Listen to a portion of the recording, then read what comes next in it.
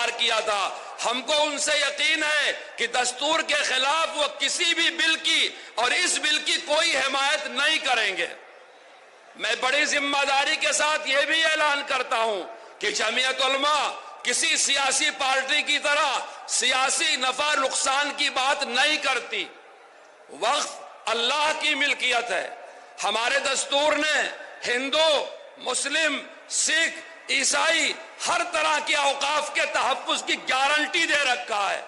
وہ وقف، وہ دان ایشور کے نام پر، اللہ کے نام پر، گاڈ کے نام پر، بھگوان کے نام پر، پرماتما کے نام پر کیا جاتا ہے. وہ حق ہے یتیم کا، غریب کا، بیوہ کا. انسان کی ملکیت سے نکل کے وہ اللہ کی ملکیت میں چلا جاتا ہے. دلی کی، مرکز کی فرقہ پرست حکومت خدا کی ملکیت میں دخل دے رہی ہے. ہم کہتے ہیں بچو، اللہ سے لڑنے سے بچو، گاڈ سے لڑنے سے بچو، ایشور سے لڑنے سے بچو.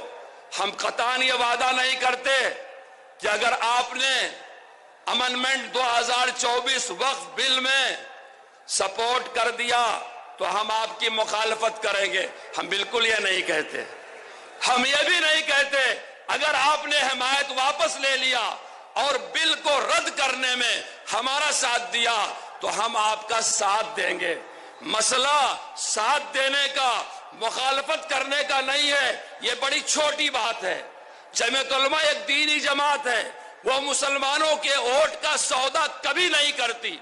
ہم کسی حکمراں پارٹی سے نہیں کہتے ہم آپ کو ساتھ دیں گے، یا ہم کبھی نہیں ڈراتے کہ ہم آپ کی مخالفت کریں گے. ہم پورے عزم کے ساتھ، یقین کے ساتھ یہ بات کہتے ہیں کہ یہ بل سنویدھان کے خلاف ہے. جو چیز سنویدھان کے خلاف ہے آپ کو اس کی مخالفت کرنا چاہیے، اسے مسترد کرنا چاہیے، اسے رد کرنا چاہیے. آپ جمعیت علماء کے موقف کو سمجھیں. اتنا بڑا ملک سنویدھان سے چلے گا، دستور سے چلے گا، آئین سے چلے گا. سنویدھان ہمارے بزرگوں نے بنایا ہے، سیکولر بنایا ہے، مذہبی آزادی دی گئی ہے، لسانی آزادی دی گئی ہے. کسی کو یہ حق نہیں پہنچتا کسی ہندوستانی کے حق کو غصب کر لے. کوئی زمانہ رہا ہوگا اس ملک میں اکبر بادشاہ تھا، کوئی زمانہ رہا ہوگا شاہجہاں بادشاہ تھا، کوئی زمانہ رہا ہوگا کوئی بادشاہ رہا ہوگا، کوئی نواب رہا ہوگا، کوئی آقا رہا ہوگا، کوئی راجہ رہا ہوگا. آج سنویدھان نے ہر ہندوستانی کو بادشاہ بنا دیا ہے، راجہ بنا دیا ہے، برابری کا حق دے رکھا ہے. ہمارے اوپر کوئی حکمراں نہیں ہے. ہم نے یہ سنویدھان خود اپنے اوپر لاگو کیا ہے. ہم ایک آزاد قوم ہیں. ہم کو سنویدھان نے حق دیا ہے. اگر اپنے حقوق کو تلف کیے جا رہے ہیں ہم پبلک مقام پہ اکٹھا ہو کے اپنا احتجاج درج کرائیں گے. یہ سنویدھان نے ہم کو حق دیا ہے. اگر سنویدھان بنوانا یہ جمعیت علماء کا کام ہے تو اس کو بچانا بھی جمعیت علماء کا کام ہے. جمعیت علماء مولانا ارشد مدنی، مولانا ارشد مدنی آپ قدم بڑھاؤ، آپ قدم بڑھاؤ. جمعیت علماء قومی یکجہتی، تحفظ آئین، تحفظ آئین.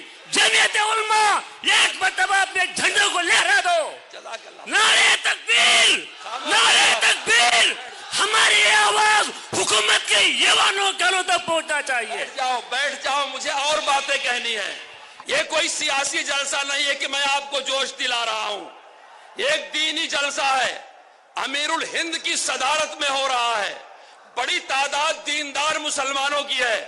میں آپ کو بتانا چاہتا ہوں انگریزوں کے زمانے میں کسی کی جرات نہیں تھی کہ وہ ملک کی آزادی کی بات کرے. یہ ملک ہمارے بزرگوں نے آزاد کرایا، اس کو ہم نے سیکولر بنایا. آج سیکولرزم کو خطرہ ہے، آئین کو خطرہ ہے. کس سے خطرہ ہے؟ حکمراں پارٹیوں سے خطرہ ہے. کس سے خطرہ ہے؟ ہائی کورٹ کے جج سے خطرہ ہے. کس سے خطرہ ہے؟ وردی پہننے والوں سے خطرہ ہے. کس سے خطرہ ہے؟ بھگوا رنگ والوں سے خطرہ ہے.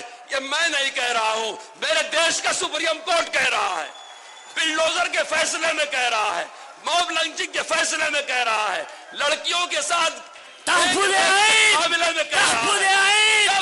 صدر جمعیت علماء، علماء دیوبند